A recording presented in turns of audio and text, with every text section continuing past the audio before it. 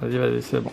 Voilà. Toujours avec dans la salle. T'as un esprit qui est tellement arborescent qu'on a à peine le temps de commencer à essayer de te répondre à une question que tu en reposes 4 ou 5.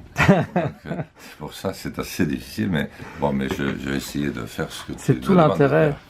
Voilà. Donc, je te disais que le retour à une expression de type nuit debout, ici à l'Assemblée, me semble impossible s'il n'intervient pas un changement radical.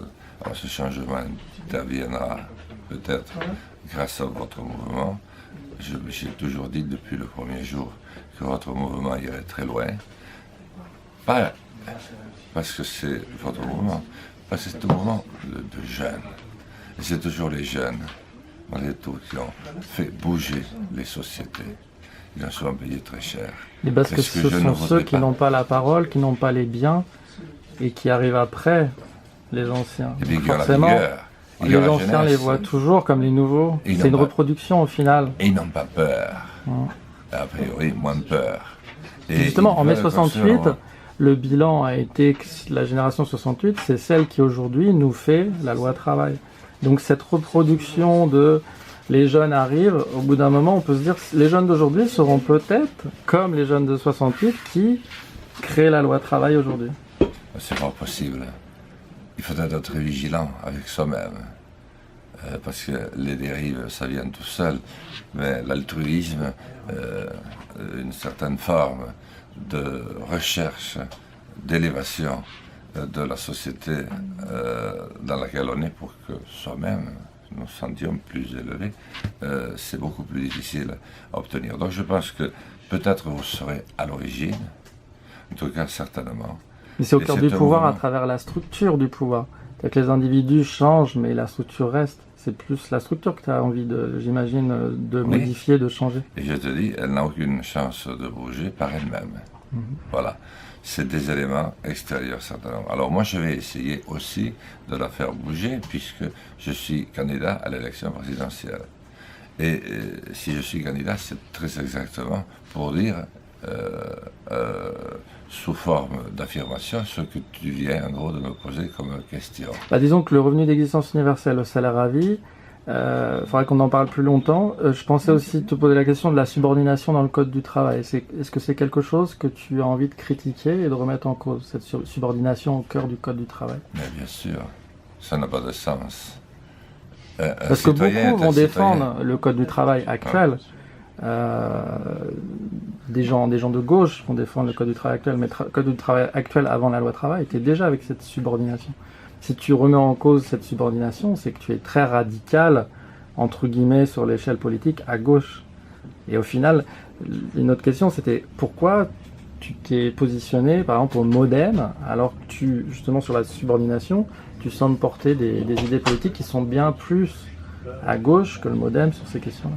Alors d'abord, si je peux me permettre, puisque toi tu peux poser toutes les questions que tu enchaînes à une vitesse vertigineuse, mais c'est un tourbillon de jeunesse.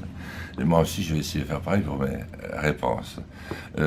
Très sincèrement, je crois que la notion de la différence entre la gauche et la droite, le centre, toutes les formes de représentation politique que nous avons connues et qui pouvaient avoir du sens il y a 20 ans encore, n'en ont plus aucun. Pour une simple et bonne raison, c'est que nous avons tous fait les mêmes choix. Dès lors que le mur de Berlin est tombé et qu'il y a eu ce phénomène de financiarisation, de massification, nous avons tous fait le même choix. En France moins, mais dans d'autres pays aussi. Les uns après les autres après les uns, et par deux fois ensemble. Il y a eu 2 périodes de cohabitation où d'ailleurs on a été le plus loin, c'est les périodes où on a été le plus loin dans l'unicité de l'action, c'est-à-dire libérer totalement le marché, libérer totalement le capital, lui enlever quasiment toute contrainte et au fond, accepter quelque part, sans le savoir peut-être, j'espère, de perdre tout pouvoir, au point qu'aujourd'hui, il n'y a plus d'État. Il n'y a pas de pouvoir. Et quant à nous, nous représentons un théâtre d'hommes. Les États-Unis ont un pouvoir fort, ça n'empêche qu'ils sont dans une forme ultra-libérale. La France copie, est à la suite, actuellement, des termes ultralibéraux imposés par les États-Unis notamment. Bon, évidemment, je ne détaille pas l'Europe en face de ce schéma, mais l'Europe a repris effectivement la plupart des thèses ultralibérales. Est-ce que tu n'es pas en train, de ta façon de penser, en train d'effacer les clivages politiques au final? Simplement sur les États-Unis n'ont pas un État spécialement fort, c'est une construction qui est forte et qui est basée sur l'élitisme. C'est-à-dire que là-bas, n'importe qui, encore moins qu'en France, peut aspirer à avoir des responsabilités importantes. D'abord, là-bas, il faut être prodigieusement riche ou avoir accès à des moyens de richesse ou être accolé à des forces de pouvoir considérables. Bon, pour l'instant, nous n'en étions pas tout à fait là, mais nous rattrapons très très vite et nous allons précisément vers un système à l'américaine qui, pour moi, est l'antithèse d'une démocratie, même si les Américains disent qu'ils sont la première démocratie du monde. Ils en sont très loin.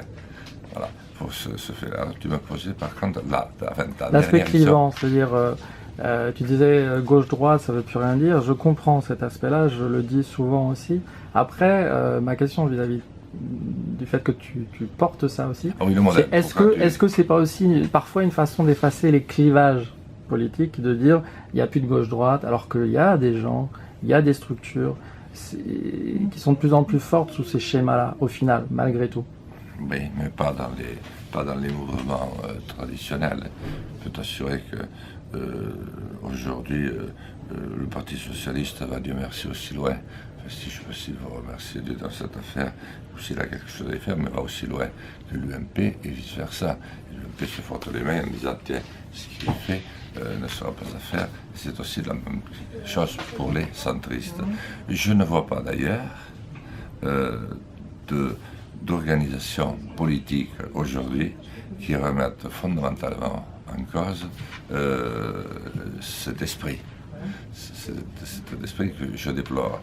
Alors, est-ce que ce n'est pas aller accélérer le processus que de dire aujourd'hui ça n'a pas de signification?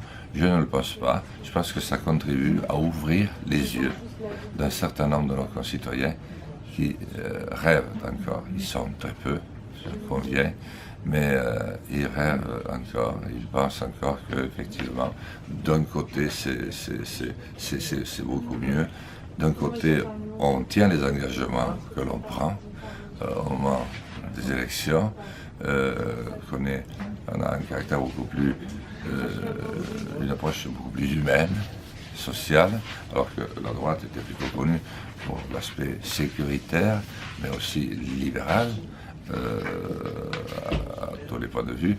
Aujourd'hui, il est impossible de faire la distinction.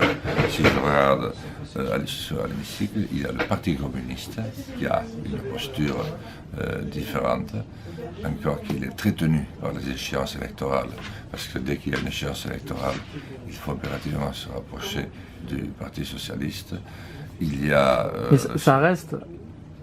Au sein du Parti communiste, dans la verticalité malgré tout, oui, dans l'état d'esprit de l'État ça compte, l'État c'est important. Il y a des penseurs politiques libertaires qui ont imaginé des échanges hors État. Est-ce que c'est quelque chose que tu écoutes ou que tu considères très peu? Ah non, c'est-à-dire dans l'état actuel des choses, j'écoute beaucoup parce que je crois que quand le besoin se fait ressentir aussi fort, il se fait ressentir aujourd'hui. Quand tu sens c'est l'État qui bloque les gens aujourd'hui.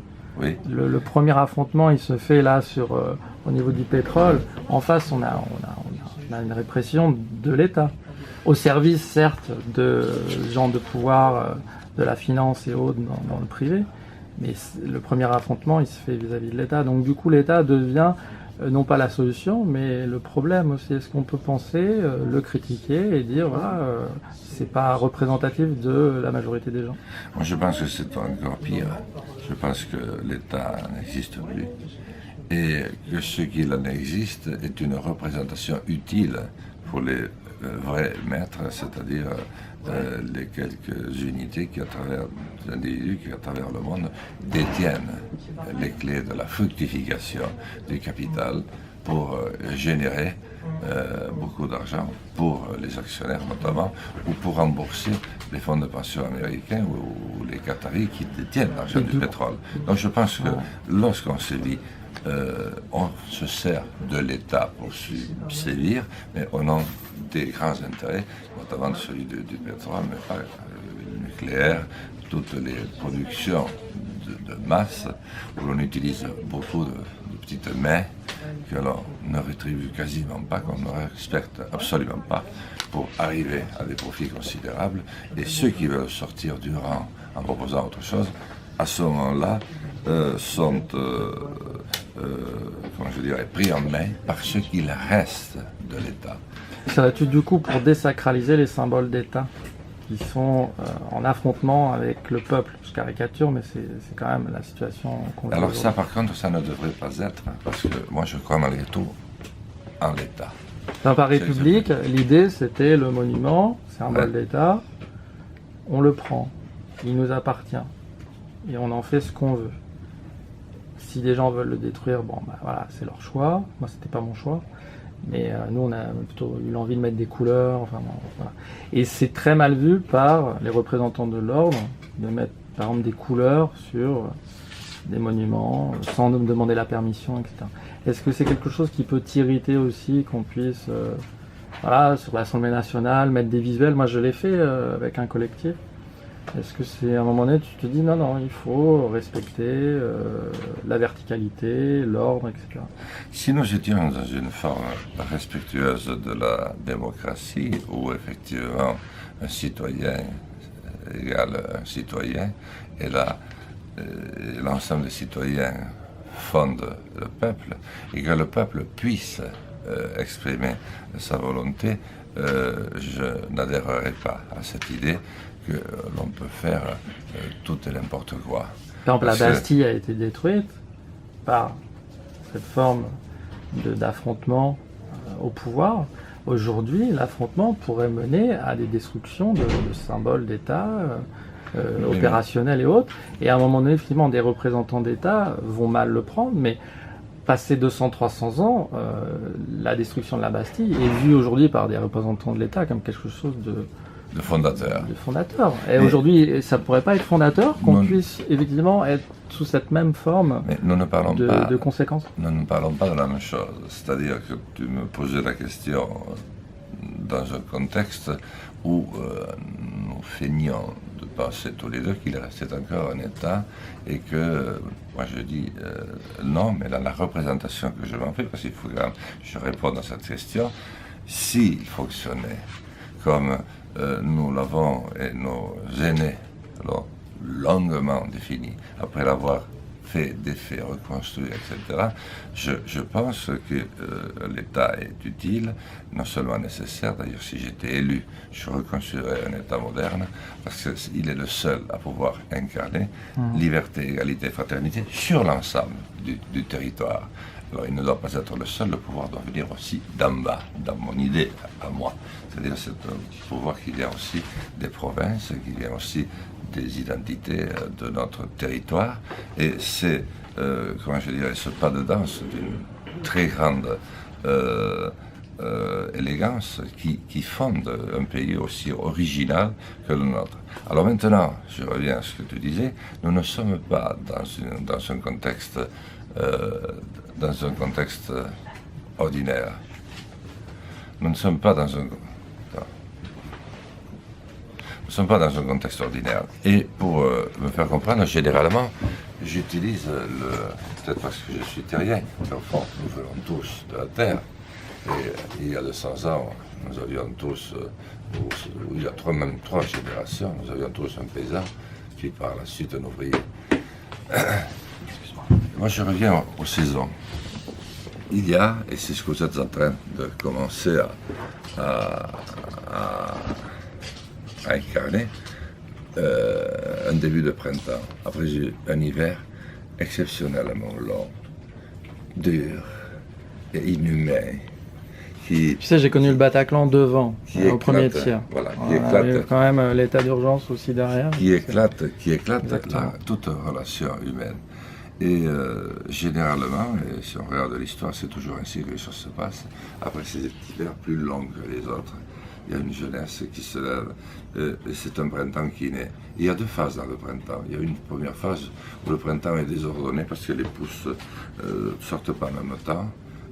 Ensuite, c'est le bazar parce que les pommiers fleurissent avant les cerisiers ou vice-versa. Et puis, il y a un moment où le printemps s'installe et il est généralement radieux. C'est le temps des premiers émois. C'est le temps aussi de l'éveil à l'autre et aux autres. C'est aussi un grand moment de partage et un grand moment d'espoir partagé. Puis il y a l'été. L'été, il est magnifique. C'est le temps de la beauté, c'est le temps des amours, c'est le temps aussi où on passe à se reproduire comme dans un nid d'oiseaux pour faire des petits et puis pour les faire grandir. Et puis à l'automne, ce qui est aussi très beau parce que c'est les vendanges et puis on retombe dans l'hiver. Alors il y a des hivers que l'on supporte, qui sont supportables. Et puis il y a cet hiver, celui-ci, ce dernier, qui est insupportable. Et les jeunes se remettent en mouvement. C'est pour expliquer que, généralement, on pense que lorsqu'on change les orientations fondamentales d'un pays, qu'on prend une Bastille, ou je ne sais, la République, peut-être aujourd'hui, ou peut-être demain l'Assemblée nationale, on pense qu'on change pour ad vitam aeternam, pour toujours. Mais non, je pense que l'homme obéit aussi à ses cycles naturels, et en particulier aux saisons. On fait tomber les rois, on tombe sur quoi? Sur les bourgeois qui prennent le pouvoir. Oui, donc c'est la reproduction. On est toujours sur le même cycle de domination. C'est juste les noms qui ont changé. Sauf que l'intensité pouvait être différente, mais le mécanisme est là. Il y a des gens qui dominent d'autres. Une période où après un beau printemps, la relation des hommes devient beaucoup plus humaine et beaucoup plus enthousiaste. D'ailleurs, la confiance s'installe. Et, il y avait cette respiration dans Debout. Dans Debout, il y a eu ce besoin, oui. Les gens me le disaient, ce besoin d'être dans une respiration, comme tu dis, avec les saisons, le printemps. Moi, j'étais plus dans une phase de... Le constat est fait depuis très longtemps. Il y a des... Comme tu disais, il y a des gens qui font des boulots ingrats toute leur vie. C'est ça qu'il faut remettre en cause. Et le pouvoir actuel fait en sorte que ces gens souffrent encore plus. Comment tu peux mener un combat alors que tu le mènes depuis de nombreuses années? T'as peut-être 15 ans de plus que moi. Un petit peu plus. Donc, t'as démarré avant. Donc, qu'est-ce que t'as obtenu par rapport à ça, par rapport aux tâches ingrates, par rapport au fait que des gens sont toujours à l'usine ou domestiques, etc. Est-ce qu'il y a un moment donné dans ton combat politique, au sein des structures politiques, tu t'es dit, bah là, j'ai gagné quelque chose? Oui, j'ai trouvé ça fort heureusement, parce que sinon, ça aurait été vraiment trop insupportable. J'ai connu l'époque où j'ai été heureux d'être élu. Où j'ai été élu maire et j'étais heureux, bien que j'ai très peur au début. J'ai eu très peur quand j'ai été élu si jeune, j'avais 21 ans. Mais j'ai trouvé une forme de bonheur parce qu'il y avait une envie de travailler ensemble. Et quand il y a une envie de travailler ensemble, la lutte pour le pouvoir est beaucoup moins âpre parce que chacun a sa place. Et au fond, le maire que j'étais était un acteur parmi d'autres. Et ça a duré quand même assez longtemps parce que nous avons eu un âge d'or en Europe. Je pense qu'il restera dans les livres d'histoire. Les 30 Glorieuses. Les 30 Glorieuses qui a duré un petit peu au-delà même. Après la CNT. Oui. Jusqu'à la chute du mur de Berlin. Alors on avait très peur parce qu'on risquait de prendre une bombe atomique sur le nez tous les 4 matins, mais de notre côté, c'est la période où il y avait des alternances, où la notion de gauche et la notion de droite avaient effectivement un sens. Parce que si on voyait la gouvernance dans Thatcher, elle était quand même relativement éloignée de certaines gouvernances que l'on pouvait trouver au Danemark ou en Suède, ou même en Allemagne avec M. Schmitt ou d'autres dirigeants. Voilà. À quel moment on a perdu sur l'accaparement des biens de production pour les partager? On a perdu lorsque le pétrole, il y a eu la crue. Lorsque le mur de Berlin est tombé très rapidement après. Certains ont même dit que c'est la fin de l'histoire. L'histoire, maintenant, on va être tous tranquilles. Et à partir de ce moment-là, nous avons perdu le fil. Nous n'avons même pas compris nous-mêmes que nous avons encouragé l'accélération de ce mouvement, parce que lorsqu'il n'y a plus qu'une manière de penser, comme disait mon père, il y en a une de trop. Et notre modèle, puisque c'était le nôtre qui avait gagné, qui se voulait libre, libéral, comme disaient les Anglais, démocratique, est devenu fou furieux. Et nous en sommes arrivés à ce dont nous avons déjà parlé, c'est-à-dire la confiscation du pouvoir par la finance et surtout la spéculation. Alors je reviens à une idée que nous avions auparavant. Moi, je ne désespère pas, pour la première fois dans l'histoire de notre pays et d'un grand pays occidental, de passer d'un hiver violent, brutal et dur à un beau printemps sans que l'on fasse couler des ruisseaux de sang, c'est-à-dire le vôtre, celui des jeunes, c'est toujours celui des jeunes qui coule, ou de ceux qui ne peuvent pas se défendre, ou de ceux qui ont les plus faibles revenus, de ceux qui ne peuvent pas se protéger, ou des femmes. Mais dans Debout, il y a la violence qui s'exprime contre les banques, par exemple. Il y a la violence qui s'exprime contre la répression policière, la répression de l'État. Ça fait partie de Debout. Est-ce que c'est quelque chose que tu intègres comme étant Debout, ou que tu as envie d'exclure? Non, je ne suis pas du tout cette violence. Moi, je pense... Et où tu fixes la limite? Pour moi, c'est très simple dans ma tête. Tout n'est pas encore simple, loin de là. Mais il y a un élément qui est simple. C'est de savoir si ce que l'on recherche a une finalité pacifique, c'est-à-dire de le faire sans faire d'arriver à cet objectif. Ce qui est, me semble-t-il, ce qui serait, me semble-t-il, un très grand progrès de l'humanité. Et si la France l'incarnait, un très grand progrès de la jeunesse de notre pays, comme il y en a eu d'autres. Donc, le fait d'être pacifique n'empêche pas que tu aies une forme de violence, parce que la violence est nécessaire pour conduire un combat, pour t'électriser, pour entraîner des camarades, pour entraîner des compagnons. Mais la violence en tant que telle, moi, je ne la cautionne pas, parce que la violence, irrésistiblement, entraîne la violence. Je crois qu'on peut être très engagé. J'ai un modèle, je n'en ai pas beaucoup, mais j'en ai 6 ou 7 peut-être dans ma vie, à commencer par ce qu'a été mon père, ce qu'il a représenté pour moi, et ce qu'il a représenté pour nous. Pourtant, il n'était que berger, mais je suis aussi un admirateur de Gandhi. Non pas que tout ce qu'il a fait est parfait. Il y avait du racisme chez Gandhi, etc., etc. Mais il a quand même porté des éléments de libération. Voilà. Et surtout, il n'a pas engendré des mares de sang pour faire partir les Anglais des Indes, même s'ils y sont quand même toujours restés au chaud. Donc moi, j'aspire plutôt à ce type d'approche. Mais chez Gandhi, la lave coulait sur les veines, c'était la lave d'un sang rouge, d'émotions positives. Il avait envie de construire. Et pour moi, c'est ça. Et si tu te présentes en 2017, c'est que tu crois encore à cette forme verticale de pouvoir, du fait de